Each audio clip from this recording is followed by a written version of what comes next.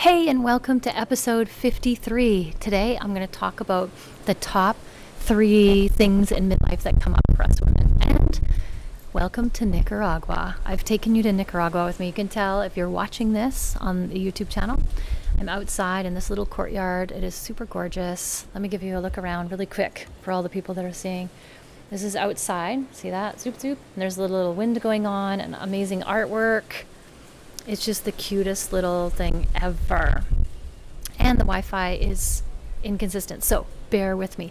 But because of all the coaching that I've been doing with people recently and what I've been going through, I wanted to talk about the top 3 things, because midlife can be overwhelming, and then it seems like the next thing shows up. You're like, didn't I just solve for that? And then something else comes up, and you're like, wait a minute, what? And this too?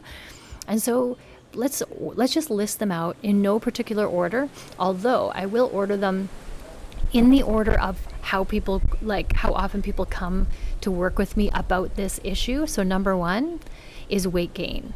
In midlife, it's weight gain. It's because all of a sudden what you were doing just literally doesn't work anymore. You wake up one morning and you've got all this fat on your stomach and you're like, where did this come from? I haven't changed anything. Actually, I'm working harder and it's not working. And that is because your body is changing. This ties in with the second thing. Well, we'll put it in number 2 just because it is part of weight gain, is the hormones. So the reason this is happening is because your hormones are changing, just like when you went through puberty. You went through puberty, your hormones changed, and then your body physically changed. And then when you're pregnant, your hormones changed to adapt for building another human, and then your body physically changed, and then you gave birth and your hormones changed again, and then your body changed, and then finally you go to midlife and your hormones change, and then your body physically changes. It's supposed to. We go from storing our fat in our butt, hips, thighs for childbirth, and then when we go out of our reproductive years, that changes, and then we store it in our stomach. And that's just the way it has to do with estrogen and trying to find and make more estrogen, and that is where it stores it, is in the fat cells of the stomach when your body is trying to make more estrogen.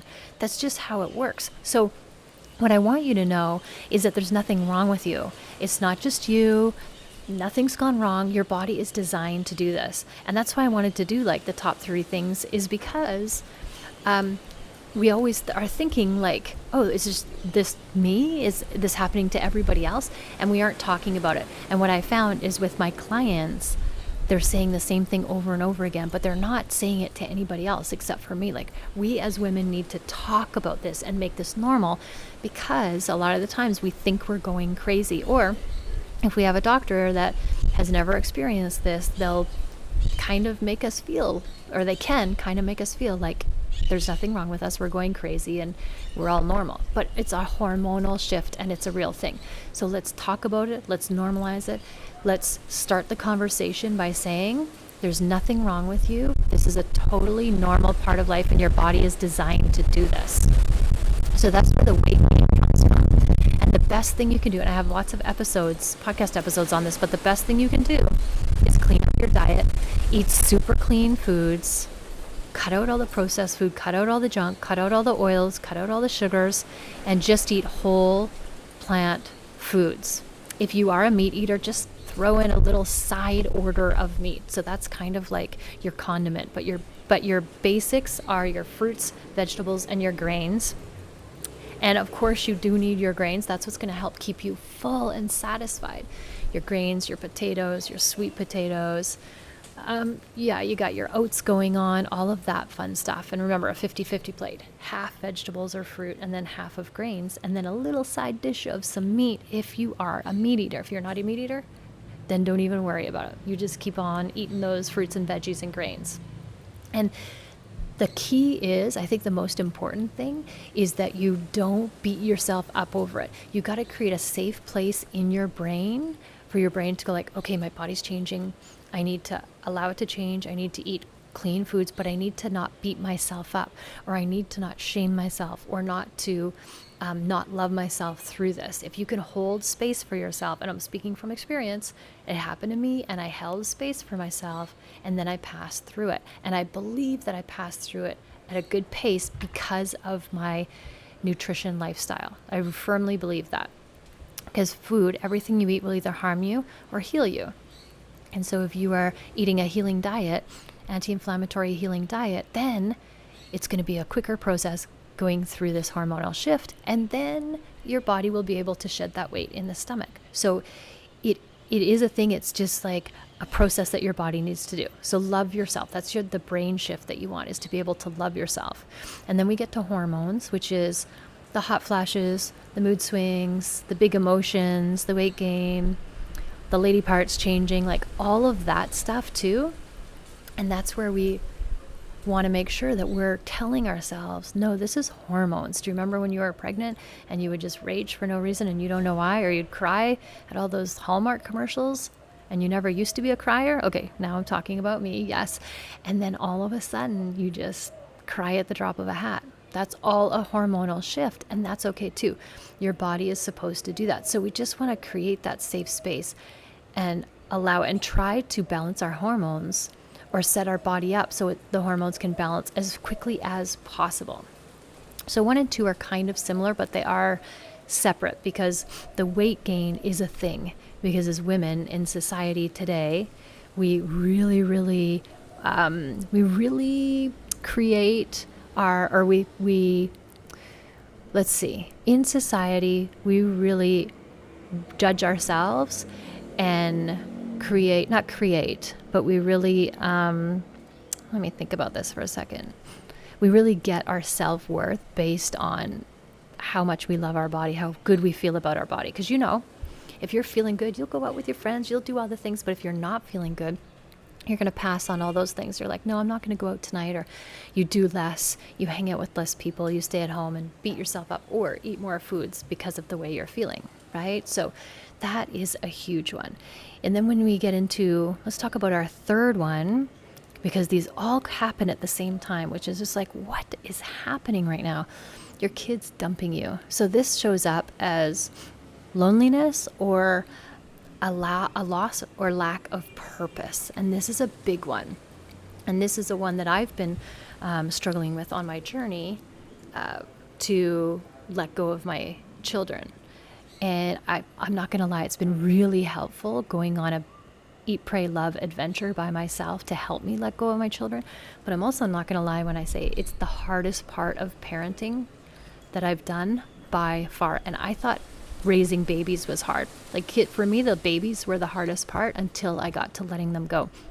This is so hard. And it's funny because the more women I talk to who are in my age group or have gone through it already, they agree. They're like, yeah, that was by far the hardest, because you're really not expecting it to be that hard, right?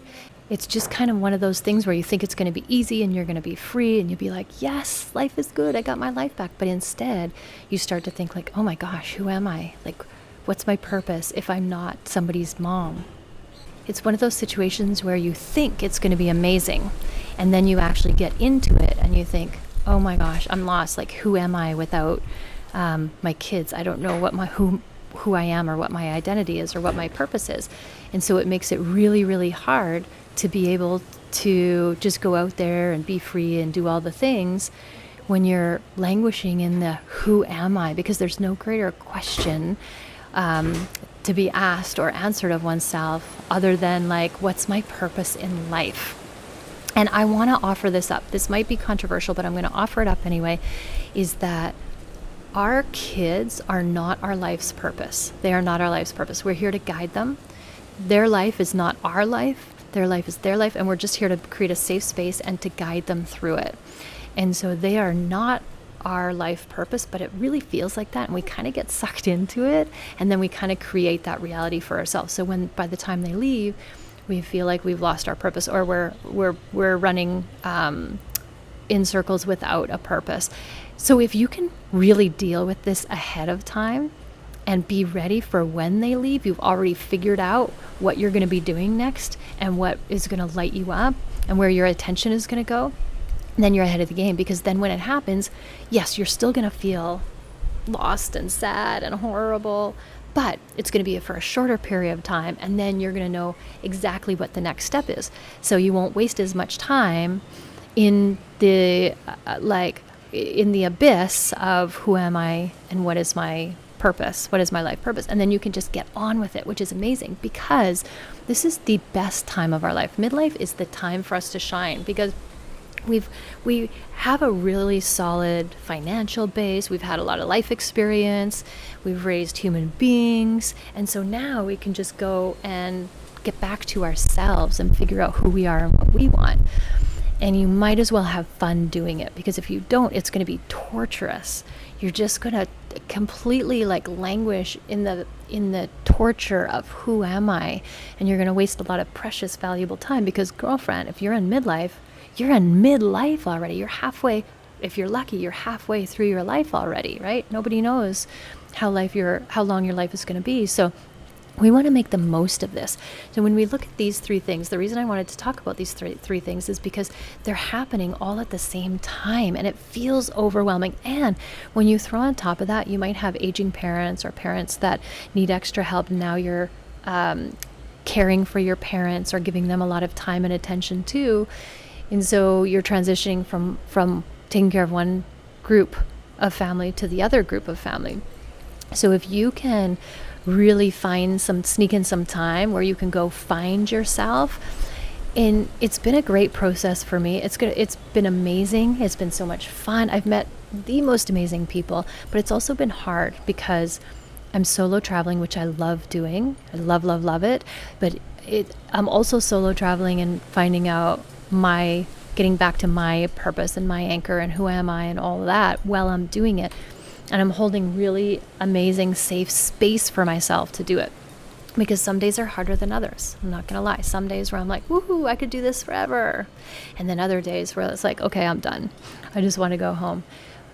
But the more space I give myself, the easier it is. I allow all of the emotions, whatever is coming up, it's okay to feel it. There's no right or wrong.